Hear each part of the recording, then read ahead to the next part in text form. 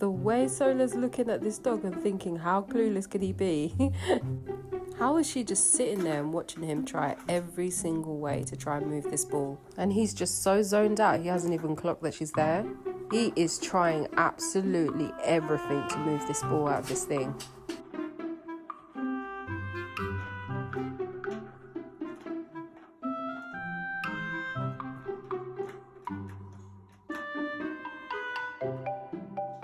Sola. Sola. Oh gosh. She's watching you play. She normally plays with that puzzle toy. Be nice. Good boy. You smart boy, innit? Are you smart boy? You clever boy.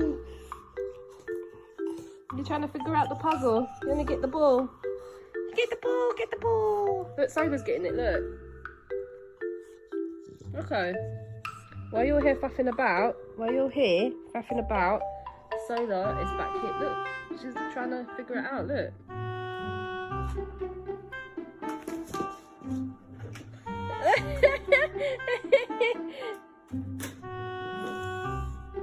Alright, Rocco, calm down. Your excitement is too much for her. Good boy. Sola! Sola! Alright, Sola, stop being jealous. Look at his face. You can't jump up here, mate.